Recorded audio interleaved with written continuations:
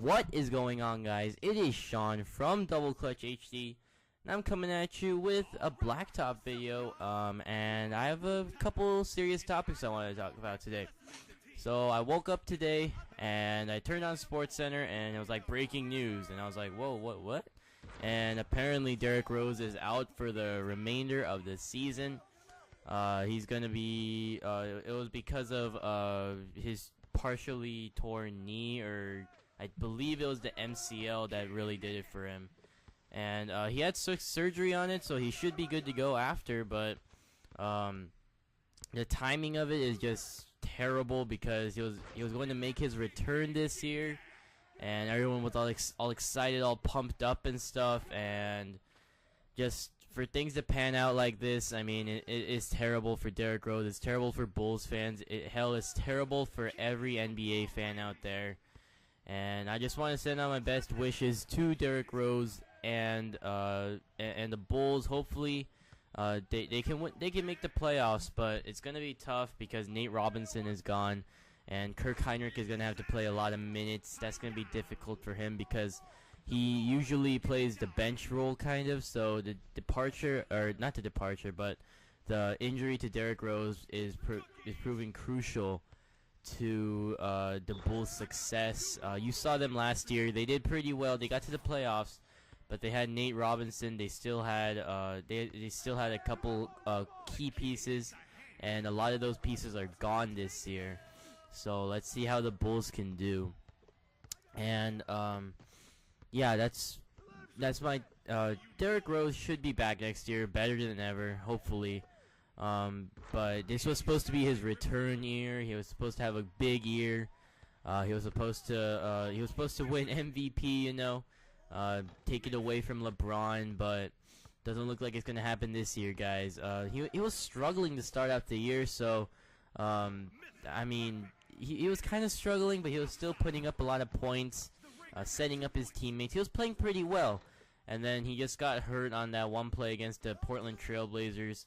Nobody touched him. It wasn't anyone's fault. It was just kind of those freak accidents, you know, where a guy just he slips, or he like loses his footing, and it's really unfortunate. Let's hope it doesn't happen next year, though, and Return 2.0 will be in full effect next year.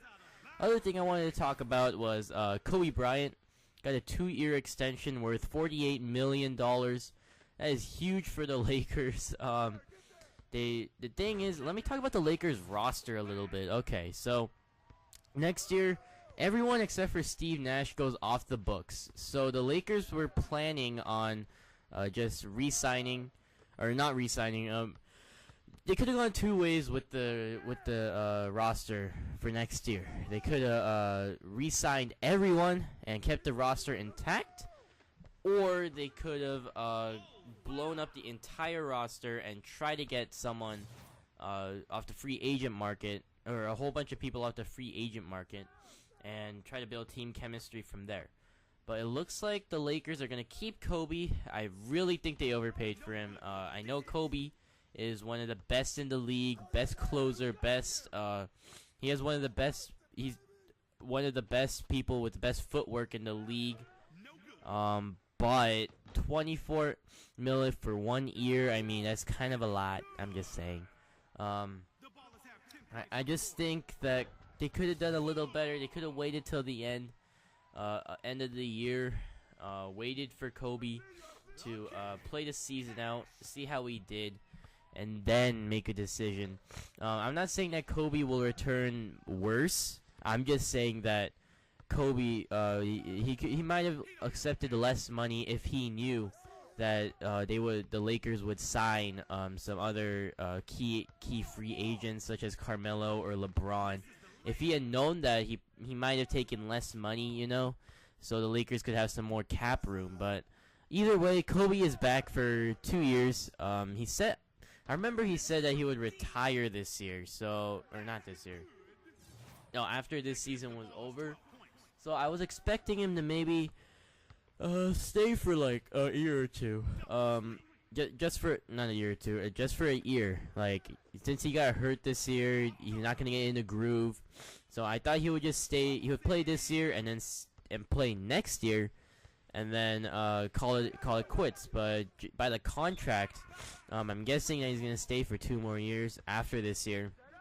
So he's gonna play out this year, next year, and the year after that. Apparently, hopefully he does do that, and the Lakers can pick up a free agent, and the Lakers can go deep into the playoffs. But it's gonna be difficult. Kobe, I mean, he's one of the best in the league, but he makes it hard for the Lakers to make any free agent moves. You know, this year they didn't really have anyone. The free agent market wasn't that great. They were really expecting to sign a lot of people this year. They were really excited to get everyone off the record books. And then Kobe decides to get a huge contract, and that might be detrimental to the Lakers because as of right now, they're trying to retool, rebuild. I know they've been doing pretty well lately, but maybe with the return of Kobe, they can become an elite team. Yeah, that's wishful thinking, but I don't picture them I picture them going into the playoffs for sure, but at best, I expect a second round exit. The Lakers are just not made to perform well in the next rounds or in the playoffs. They're performed to do well in the regular season, like the Milwaukee Bucks always do. They always make it in the playoffs as like the 8th seed, and then after that they just kind of die down. You know, I expect the Lakers to do that. So I don't really have high expectations for them. So I mean, I could be wrong. They might win the finals this year, but I mean, it's really wishful thinking to think that they will. But anyway, back to the Kobe topic. Kobe, he deserves a contract. I agree. He definitely should be making over 15 mil. I'm guessing. But I wish the Lakers would have waited and maybe he would accept a contract for 2 years, 35 million or something like that, just so the Lakers have some flexibility, even if they have Kobe. But I mean, it is what it is, and the Lakers are doing pretty well as of now, and hopefully they've been overperforming rather than underperforming, which is great, and I'm excited to see the rest of this season. So I have a little time to talk about stuff. So let me talk about the New York Knicks. They've been the surprise team. Really not in a good way. Everyone expected the Knicks, even though they lost Jason Kidd and all these veteran starters, these veteran guards, that they would do well. And it's being proven that they aren't doing well. The Bargnani trade is proving that he hasn't done anything to improve his rebounding game. He's grabbing like 3-4 rebounds a game. He had that one anomaly where he grabbed like 8 rebounds, but that was just an anomaly in the system, and he's just not the right fit for the system for the New York Knicks. I think he's a fit for the system. It's just that the Knicks has so many injuries right now that they just can't perform to the way that they need to.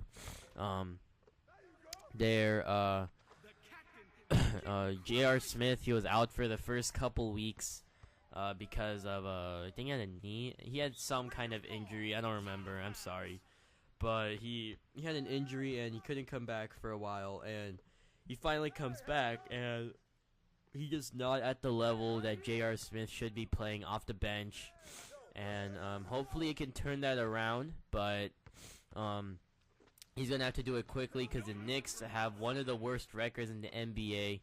Them, along with the Brooklyn Nets, and both teams are surprises this year. We talk a little about the Brooklyn Nets. The Brooklyn Nets, I don't know what's wrong with them. Darren Williams, Brooke Lopez, Paul Pierce, Kevin Garnett. You got a nice mix of youth and veteran starters right there, but I don't know if it's because they have so many injuries. Like Brook Lopez has been injured for quite a couple weeks, and then who you call it?